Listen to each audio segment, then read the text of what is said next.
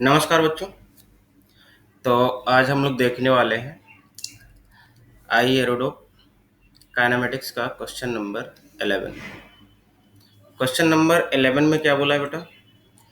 To particle moves in a uniform gravitational field with an acceleration g. At the initial moment, the particles were located at one point and moved with velocities v1 equal to 3 meter per second and v2 equal to 4 meter per second horizontally opposite direction। तो इसका मतलब ये situation दिया हुआ है बेटा कि horizontally opposite जो है दोनों को प्रोजेक्ट किया गया है इस तरह से 3 मीटर पर सेकेंड एंड 4 मीटर पर सेकेंड। और ग्रेविटेशनल फील्ड तो आपका यूनिफॉर्म दिया हुआ है ना, और एक्सेलरेशन कितना है जी, तो वो नीचे की तरफ हम लोग जी ले लेंगे, कंसीडर कर लेंगे। ठीक है, तो अब यहाँ पे क्या बोला है? Find the distance between the particle at the moment when their velocity vector becomes mutually perpendicular। तो जब दोनों का वेलोसिटी वेक्टर म्यूचुअली परपेंडिकुलर हो जाएगा तो आपको बताना है क्या दोनों के बीच का डिस्टेंस कितना होगा। तो इसको भी करने के बहुत सारे अप्रोच हो सकते हैं। सबसे पहले तो हम लोग एक जनरल अप्रोच से करते हैं, है ना, कि जनरली सबसे पहले कंसेप्ट क्या आता है दिमाग में कि अगर इसको आपने प्रोजेक्ट किया इधर से इस तरफ तो ये इस तरह से पैराबोलिक पाथ फॉलो करेगा एंड ये इस तरह से पैराबोलिक पाथ फॉलो करेगा। हाँ, दोनों का डिफरेंट होगा पाथ, क्योंकि इसको 4 से फेंका गया, इसको 3 से फेंका गया। तो अब क्या होगा, मान लो किसी इंस्टेंट टी पे एक ऐसा सिचुएशन आएगा, है ना, कि जब क्या होगा, इसका जो वेलोसिटी वेक्टर होगा इस इंस्टेंट पे कुछ ना कुछ, है ना, ये इसको अगर प्रोड्यूस करो पीछे की तरफ, है ना, और इसका जो वेलोसिटी वेक्टर होगा यहाँ पे, इसको अगर आप पीछे की तरफ प्रोड्यूस करो तो ये दोनों के बीच का जो एंगल है ना, ये कितना होना चाहिए? 90 डिग्री। या आप सिंपली ऐसे भी कर सकते हो, इस वेक्टर को उठाओ और उठा के यहाँ पे ले आओ, है ना। तो अगर इसे आप V1 बोलते हो, इसे आप V2 बोलते हो, ये वाला जो V2 है ना, तो ये एंगल कितना होना चाहिए दोनों के बीच? 90 डिग्री। एक तो आप ऐसे भी कर सकते हो या आप यहाँ पे ऐसे भी प्लॉट कर सकते हो, है ना। दोनों में मतलब दोनों का मतलब सेम ही है, एक ही है। तो अब डिस्टेंस बताना है यार दोनों के बीच कि कितना होगा। अब यहाँ पे आप देखो एक चीज़, पहली चीज़ तो क्या है, दोनों का जो वर्टिकल लेवल है ना, अगर हम बात करें initial speed in vertical direction, तो दोनों का initial speed in vertical direction 0 है। U y is what? 0 both का। तो अगर यू वाई 0 है तो अगर आप किसी भी इंस्टेंट पे किसी भी टाइम पे अगर आप वाई निकालना चाहो दोनों को, तो वाई का तो जनरल फार्मूला क्या होता है बेटा? U y into t plus half a y into t square. चूंकि दोनों का यू वाई 0 है तो y जो आएगा वो सिंपली क्या आ जाएगा, हाफ ए वाई की वैल्यू कितनी हो जाएगी? जी। एंड प्लस जी लो या माइनस जी लो, वो डिपेंड करता है कि आप प्लस साइन ऊपर ले रहे हो या माइनस ले रहे हो नीचे, है ना। मैं प्लस ले रहा हूँ यहाँ पे, इंटू क्या होगा? T square. तो अब देखो ये दोनों का जो वाई है बेटा, ये कांस्टेंट ही है ना, मतलब दोनों का वाई सेम होगा। देख लो यहाँ पे, क्योंकि इनिशियल स्पीड तो जीरो ही है ना, हाफ तो कांस्टेंट हो गया, दोनों का ए भी सेम है एंड दोनों का टाइम भी क्या होगा? सेम होगा। तो कहने का मतलब ये हुआ कि दोनों सेम लेवल तक ही नीचे आएगा। तो जब सेम लेवल तक नीचे आएगा तो यहाँ पे अब सिचुएशन क्या हो जाएगा कि ये जो हॉरिजॉन्टल लेवल है दोनों का वो सेम होगा। ठीक है, अगर इनिशियली अलग अलग होता तो ये हॉरिजॉन्टल लेवल सेम नहीं होता, बट फिर भी कोई एक सिचुएशन आता जहाँ पे 90 डिग्री बन सकता था। इट मे भी कि ये हो सकता है कहीं और नीचे रहता, ये कहीं ऊपर रहता है ना उस इंस्टेंट पे, बट यहाँ पे हॉरिजॉन्टल लेवल क्या है? सेम है। ठीक है, तो एक तो क्या होता है कंसेप्ट कि आप इसका सिंपली कोऑर्डिनेट निकालो, इसका कोऑर्डिनेट निकालो और उसका डिस्टेंस फार्मूला लगा दो। तो कोऑर्डिनेट कैसे निकालोगे इसका आप? तो सिंपली यहाँ पे देख लो, हम मेरे पास जो इन्फॉर्मेशन दिया बस यही दिया है, इतना ही कि स्पीड दिया है ना। बाकी आपको बताना है कि एक तो कंडीशन ये दिया है कि जब परपेंडिकुलर हो जाए तब आपको बताना है सिंपली। तो एक तो तुम क्या कर सकते हो, परपेंडिकुलर का कंडीशन लगा सकते हो कि दो वेक्टर अगर परपेंडिकुलर होते हैं, जैसे v1 और v2 परपेंडिकुलर है, तो दोनों का डॉट प्रोडक्ट क्या होना चाहिए बेटा, दोनों का डॉट प्रोडक्ट जीरो होना चाहिए सर, है ना। परपेंडिकुलर का तो ये कंडीशन होता है। तो v1 तुम लिख सकते हो, v1 को क्या लिखोगे, v equal to u plus a t. तो v1 इज, मैंने इधर वाले को माना लेफ्ट वाले को, तो u की वैल्यू क्या लिखोगे बेटा, -3, है ना। लेफ्ट साइड वाला मैं माइनस ले रहा हूँ, है ना। तो u प्लस ए टी, है ना। मतलब ऐसे समझ लो कि मैं इधर वाला पॉजिटिव ले रहा हूँ और ऊपर वाला पॉजिटिव ले रहा हूँ, जैसे फॉर एग्जाम्पल यहाँ पे, ठीक है। तो यहाँ पे क्या लिखूंगा बताओ, u प्लस ए टी, तो u की जगह पे माइनस हो गया क्योंकि इधर है, प्लस की जगह पे चूंकि एक्सेलेरेशन नीचे है तो -80 लिखूंगा, तो -gt, जी की वैल्यू कितना लूंगा, 10t। तो सिंपल ये हो गया। पहले वाले का दोनों निगेटिव आएगा क्योंकि मैंने जो जिस हिसाब से डायरेक्शन लिया है, ठीक है, इधर और नीचे।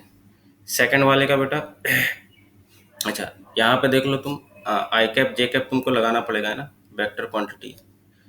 तो यहाँ पे आप क्या करोगे, सिंपली ऐसे लिखोगे, अ, एक तो हो गया -3 आई कैप हो गया, एंड कितना आएगा, -10t जे कैप होगा। नीचे की तरफ दो कंपोनेंट होगा ना, हॉरिजॉन्टल कंपोनेंट तो कभी सर चेंज ही नहीं करेगा, है ना, इसका जो हॉरिजॉन्टल कंपोनेंट है। और वर्टिकल कंपोनेंट में आप सिंपली निकाल सकते हो, v y in vertical component equal to u y plus a y into t. U y तो जीरो है दोनों का, तो वर्टिकल कंपोनेंट आएगा कितना, सिंपली जी इंटू टी। तो वही लिखा है जी इंटू टी, जी की वैल्यू 10 लिया है ना। और नीचे वाला डायरेक्शन तो मैंने क्या मान लिया है, नेगेटिव, ऊपर वाला मैंने क्या मान लिया है, पॉजिटिव। आई होप कि ये वाला आपको पार्ट क्लियरली समझ में आया होगा कि मैंने ऐसा क्यों लिखा है। फिर अगर इसकी बात करें तो यहाँ पे इस इंस्टेंट पे अगर बात करें तो इसके भी दो वेलोसिटी होंगे, एक तो 4 तो कभी चेंज ही नहीं होगा, है ना, क्योंकि इधर तो एक्सेलेरेशन है नहीं। तो एक्सेलेरेशन सिर्फ किधर है, नीचे की तरफ। तो नीचे की तरफ कितना, फिर से, तो फिर से इसका भी निकालोगा, v y equal to u y plus a t. तो इसका भी स्पीड क्या आएगा, वर्टिकल सेम ही आएगा क्योंकि इसका भी यू वाई जीरो है ना। तो इसको आप क्या लिखोगे, सिंपली 4 आई कैप हो गया, है ना। तो ये और एक ये, एक्स कंपोनेंट 4 आई कैप, वाई कंपोनेंट कितना, -10t जे कैप। बस ये इक्वल टू क्या होना चाहिए, जीरो। डॉट प्रोडक्ट करो, आई का आई के साथ, जे का जे के साथ, आई का आई के साथ करोगे तो -12, जे का जे के साथ करोगे तो +100t², that must be equal to क्या होना चाहिए, जीरो। तो टी स्क्वायर की वैल्यू कितनी आ गई, 12/100। और टी इक्वल टू तुम सिंपली लिख सकते हो क्या, √30। तो इससे तो टाइम की वैल्यू आई, बट मुझे टाइम थोड़ी ना बताना है, मुझे तो डिस्टेंस बताना है। दैट मीन्स पहले इसका कोऑर्डिनेट निकालना पड़ेगा, फिर इसका कोऑर्डिनेट निकालना पड़ेगा, फिर डिस्टेंस बताना पड़ेगा। तो इसका कोऑर्डिनेट में कौन कौन सा पार्ट छिपा है बेटा, तो एक तो एक्स कंपोनेंट छिपा है और एक वाई कंपोनेंट छिपा है, ठीक है। तो चलो इसका कंपोनेंट निकालते हैं।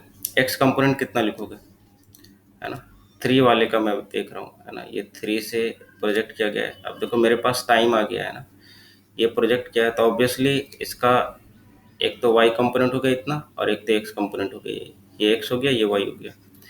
तो एक्स की वैल्यू कितना लिखोगे बेटा, एक्स डायरेक्शन में तो एक्सेलेरेशन है ही नहीं, तो simply x equal to v into t. तो वी की वैल्यू कितना, 3, इंटू टी की वैल्यू आपने ऑलरेडी निकाल रखा है, 12/100, √12/100, यही है ना, हाँ। अगर y लिखोगे तो y इक्वल टू फार्मूला क्या लगाओगे, u y into t plus half a y into t square. But y में यू वाई जीरो है बेटा, तो y की वैल्यू कितनी आ जाएगी, यहाँ पे आप माइनस लगाओगे, है ना, क्योंकि जिस हिसाब से हमने डायरेक्शन लिया है ना, ऊपर वाला क्या लिया डायरेक्शन, पॉजिटिव लिया, तो नीचे वाला तो आप माइनस लिखोगे क्योंकि एक्सेलरेशन की वैल्यू नीचे की तरफ है। तो -10 इंटू टी स्क्वायर की वैल्यू कितनी होगी, 12/100। तो ये आ गया कितना, -1.2, ठीक है।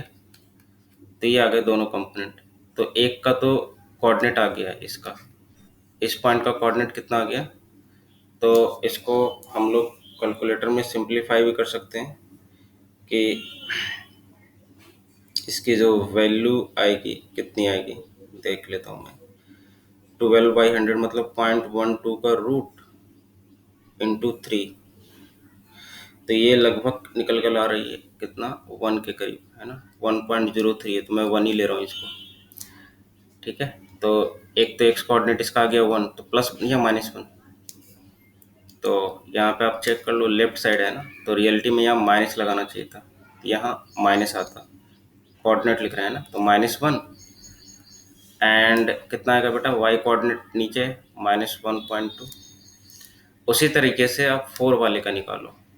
तो ये थोड़ा लेंदी है ना, सेकंड मेथड में हम लोग देखेंगे कैसे थोड़ा और भी शॉर्टकट तरीके से कर सकते हैं।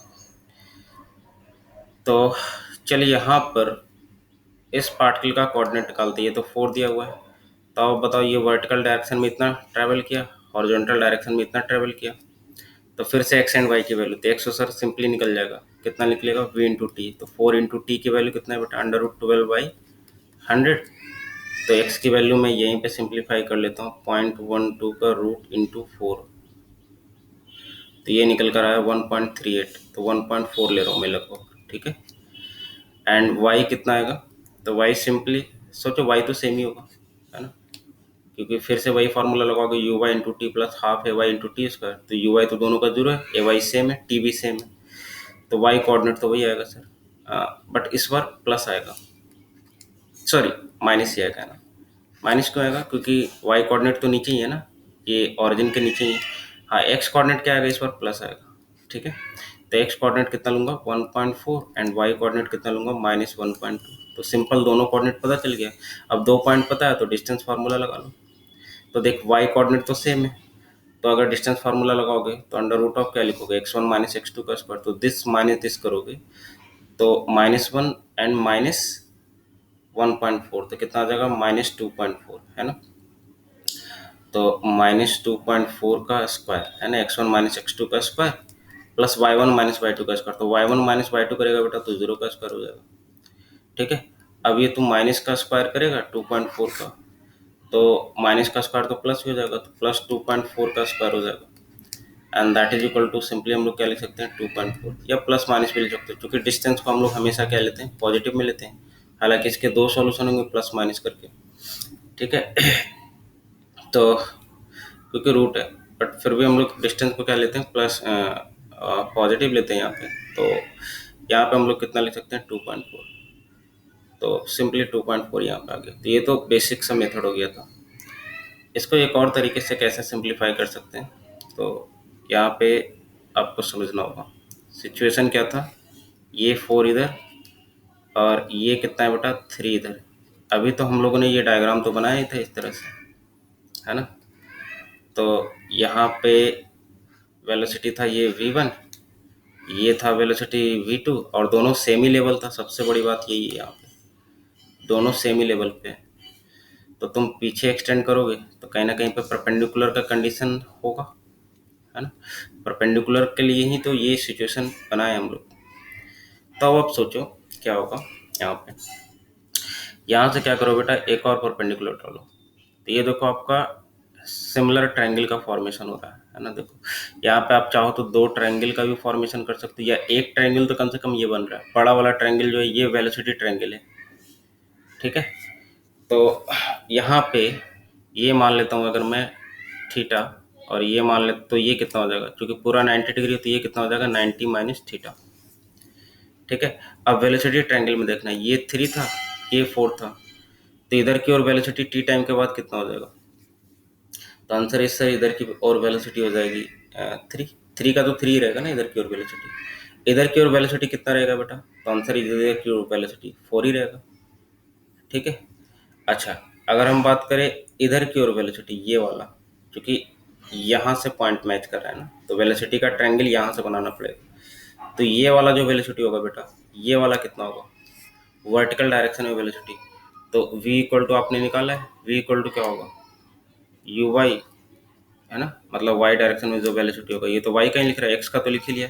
तो u y plus a y into t, तो कितना हो जाएगा 10t, है ना। और माइनस भी लिख सकते हो या प्लस भी। तो एक तो ऐसे सिंपल कर सकते हो। तो एक तो यहाँ पे आप tan थीटा का फॉर्मूला लगा लो, है ना, इस ट्रायंगल में घूम जाओ। तो tan थीटा क्या लिखोगे, tan थीटा लिखोगे perpendicular 3 upon base, base is what 10t, and एक यहाँ पे आप लगा लो तो cot थीटा हो जाएगा। तो cot t इक्वल टू क्या आ जाएगा, cot t equal to cot cot theta, है ना, cot theta, tan 90 minus theta is what, cot theta. तो tan 90 minus theta equal to क्या लिखोगे आप, 4 फिर से वही 10t। तो आप जानते हो कि दोनों को प्रोडक्ट करेंगे, है ना, ये दोनों को प्रोडक्ट करोगे अब tan theta into cot theta तो 1 आ जाएगा। तो सिंपली 1 इक्वल टू क्या आ जाएगा, 4 तिया 12 डिवाइडेड बाई 100t। तो इससे भी आप पहले टाइम निकाल लो। 12 बाई कितना आ गया बेटा, 100t स्क्वायर हो जाएगा। तो 12 बाई कितना हो जाएगा, 100, है ना, टाइम की स्क्वायर की वैल्यू। तो एक तो ये आ गया सर।